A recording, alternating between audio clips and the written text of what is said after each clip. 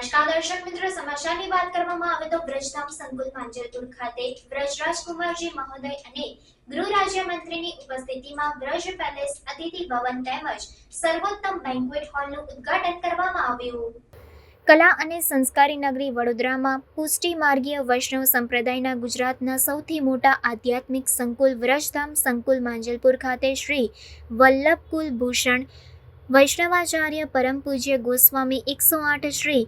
વ્રજરાજકુમારજી મહોદય શ્રીના મંગલ સાનિધ્યમાં અને ગુજરાત રાજ્યના ગૃહ રાજ્ય મંત્રી હર્ષભાઈ સંઘવીની ઉપસ્થિતિમાં શ્રી વલ્લભ ફાઉન્ડેશન ટ્રસ્ટ દ્વારા નવનિર્મિત વ્રજ પેલેસ અતિથિ ભવન તેમજ સર્વોત્તમ બેન્ક્વેટ હોલનું ઉદ્ઘાટન કરવામાં આવ્યું। આ પ્રસંગે સાંસદ અને VYOના પ્રમુખ ડોક્ટર હેમાંગભાઈ જોશી, ગુજરાત વિધાનસભાના મુખ્ય દંડક બાલકૃષ્ણ શુક્લ,